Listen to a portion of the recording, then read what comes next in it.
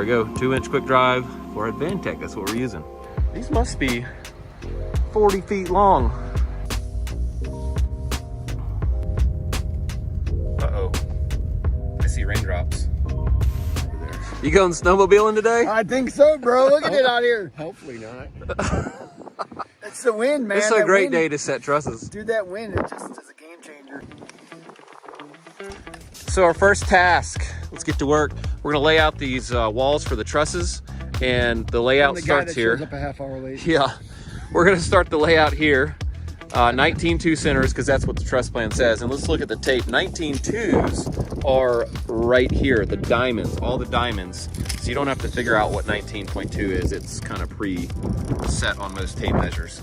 19.2 inch centers is one less truss per 8 feet than 16 inch centers, and one more truss per 8 feet than 24 inch centers.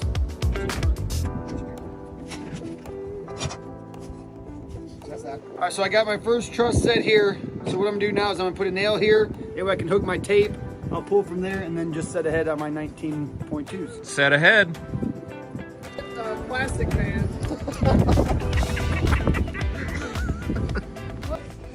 Here's your pro tip of the day. I'm also checking our toilet location for the downstairs between the trusses to make sure it doesn't hit right on a truss, because that won't work.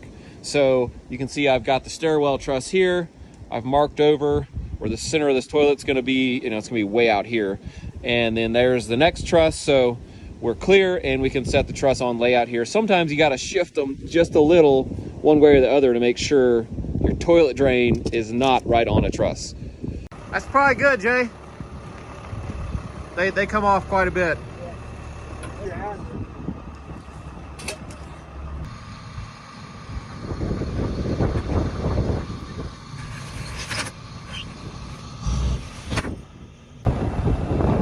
Comes the subfloor delivery team. Oh my gosh. Holy crap. We got everything we need. We got the guys. Let's roll it. Thank you. Air gap, because that's not treated. So good 1/4 inch.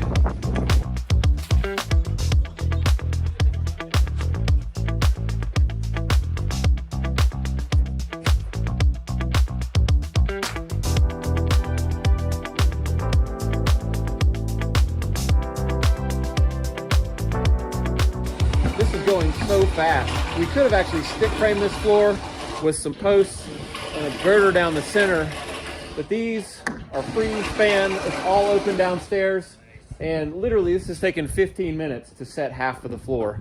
I'm aligning my end of the truss with our wall face because the sheathing has to run continuously up over these truss ends, and we did straighten and brace this wall before we started doing that aligning, because now basically this wall is braced to that wall. So if we did it and we didn't straighten the wall first, this whole thing would be crooked with no way to straighten it. So I'm just sighting down each one of these that it's flush on the face before I tack it.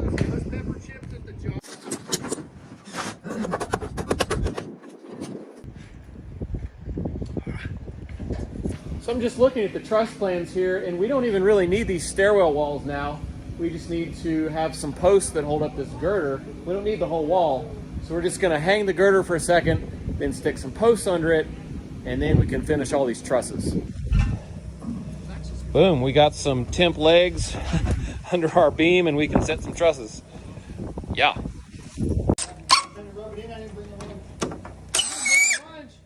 So we're screwing these through the back on the first layer, then we'll add the second layer, then we'll add big hangers. It's just a little easier to be able to come right through the back, I think.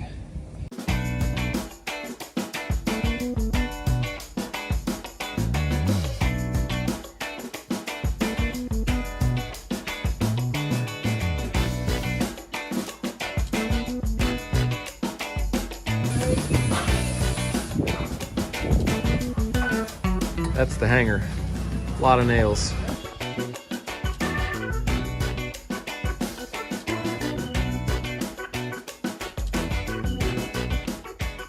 Yo, Jones. Yo. What's that? This is an end truss and it has no triangulation. I'm gonna put a little weight on it and let you see what happens. You ready? Yep. See that? That's only spanning about 10 feet. And that's gonna have a wall underneath of it later supporting it. Now I want you to look at this other truss that's got the triangulation, and I'm jumping really hard on that. This thing spans 26 feet and it's completely rigid. So it just goes to show you how the geometry of how the engineer these trusses makes them super strong. Everybody, stop working. It's lunchtime. Sweet. I don't have a lunch.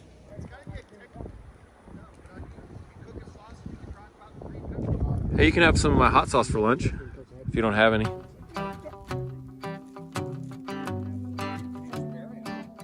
I want to give a special thanks to our partner on today's video, Huberwood, the makers of Advantech subfloor flat out best for a quiet, stiff floor. We've actually been using Advantech subfloor on all of our projects for decades. Thanks again to Huber. Let's get to putting this stuff down.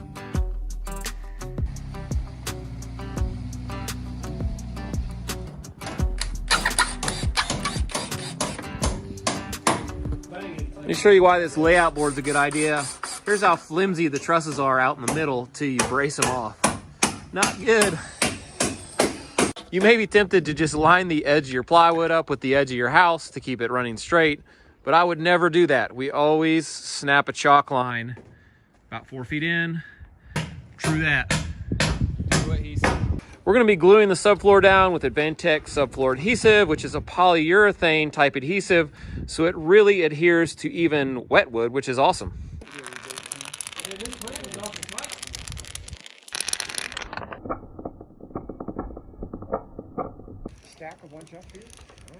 We got the subfloor going down, and I really like floor trusses because they're 3.5 inches wide on top instead of just 1.5 inches like a floor joist. Even Ray can hit it.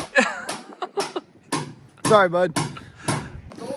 Now that we've got one row down and tacked, we're gonna go at it with this guy, our Makita Quick Drive.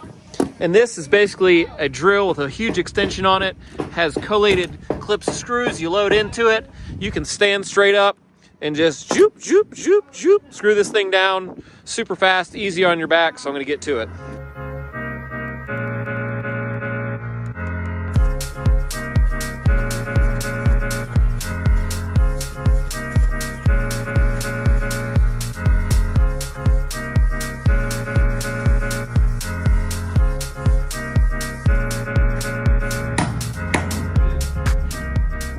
This Advantech has all kinds of pre-marked layout on it. It has 24-inch centers in square, 19.2-inch centers in diamond, just like your tape measure, and 16-inch centers in round. So that makes it super easy to get this stuff put down.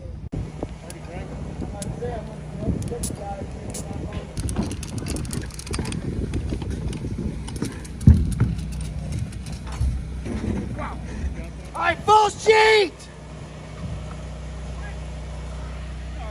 I hate to admit it, but these guys are actually getting way ahead of me, which is not the usual. It's always the usual.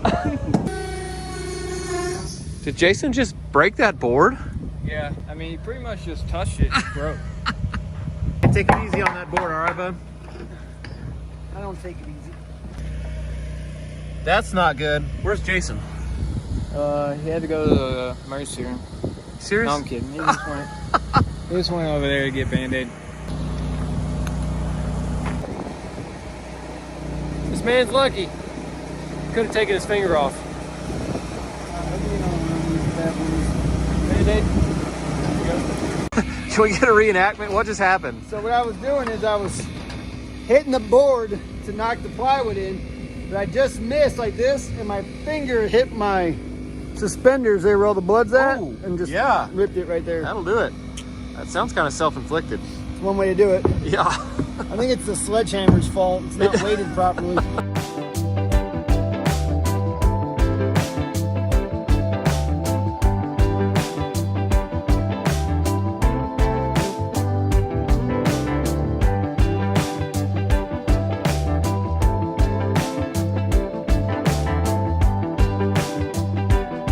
When did you build those walls? Well, when you were doing nothing. I think so.